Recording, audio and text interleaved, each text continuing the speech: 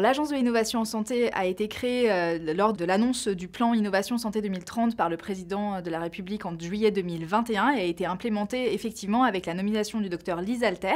à sa tête en décembre 2022. L'objectif du plan Innovation Santé 2030, c'est vraiment de garantir un parfait continuum sur la chaîne de valeur et la création de valeur autour de l'innovation en santé, de la recherche fondamentale à la diffusion d'innovation. Aujourd'hui, le plan Innovation Santé 2030 part du constat qu'il peut y avoir des ruptures dans cette chaîne et dans la création de la valeur autour de l'innovation en santé et le plan Innovation Santé vise vraiment à identifier les points de rupture et à fluidifier cette chaîne et créer un parfait continuum entre la recherche fondamentale et la diffusion de l'innovation.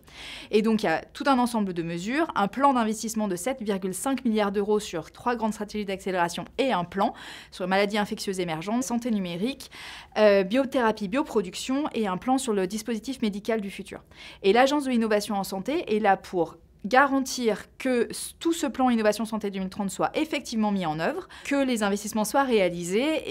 et que du coup, voilà, on ait des innovateurs qui trouvent leur marché en France et trouvent leur place.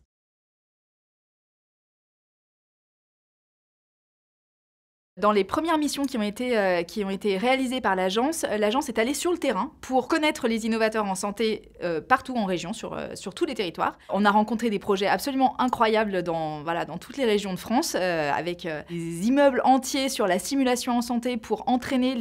les chercheurs et les médecins qui sont formés dans cette faculté, des startups avec des DM absolument incroyables et complètement innovants. Et aujourd'hui, c'est l'étape du Tour de France en Île-de-France. Et du coup, ce Tour de France, il nous a vraiment permis de comprendre quelles étaient les difficultés qui étaient rencontrées par les acteurs du secteur, de matérialiser aussi quelle était l'innovation en santé et d'être très fiers des innovations qui sont créées et inventées sur le territoire et du coup de donner beaucoup de sens à notre travail en se disant ces innovations, on n'a pas envie qu'elles partent, on a envie qu'elles arrivent au bout pour le patient.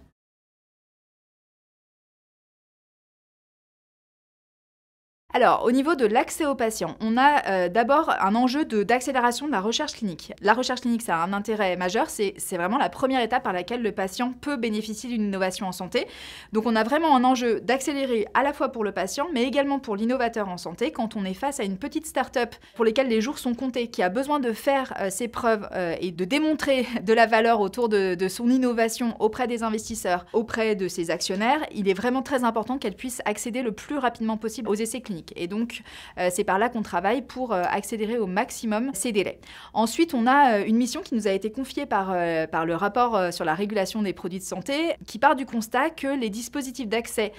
anticipés, que ce soit l'accès précoce pour le médicament, la PECT pour les dispositifs médicaux, PECAN pour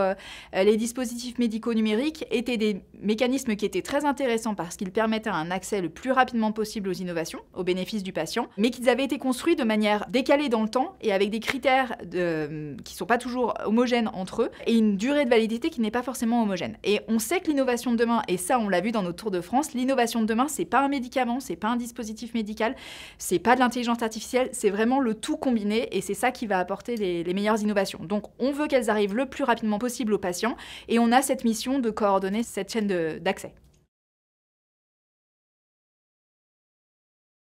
Le G5 qui regroupe du coup les champions de l'industrie pharmaceutique et pas uniquement d'ailleurs des champions de la santé en France a vraiment tout son rôle à jouer, déjà parce qu'il est porteur d'innovation premièrement, mais aussi il joue un peu le rôle de grand frère ou de parrain par rapport aux startups. On sait que certains membres du G5 sont très impliqués notamment dans les structures d'investissement type BPI, etc. pour à la fois investir de l'argent, ce qui est important, mais aussi apporter un rôle de mentor auprès des startups et les guider un peu dans comment est-ce qu'on construit d'une idée, d'une recherche académique, d'une équipe académique, comment on arrive à construire réellement une entreprise qui est viable, comment est-ce qu'on la structure, et c'est vrai que le modèle des entreprises du G5 est très important pour nos startups. Ils peuvent nous faciliter le travail. Alors déjà, premièrement, en nous faisant part de leur retour d'expérience. Nous, on est très très friands de connaître comment ça se passe sur le terrain. Voilà, on a vraiment vocation à rencontrer les acteurs et à comprendre comment ça se passe sur le terrain. Et ensuite, ils peuvent nous aider, exactement comme je vous le disais, en mentorant et en allant aider individuellement, en prenant des entreprises et des projets innovants par la main et en les guidant sur ce parcours d'entrepreneurs et d'innovateurs.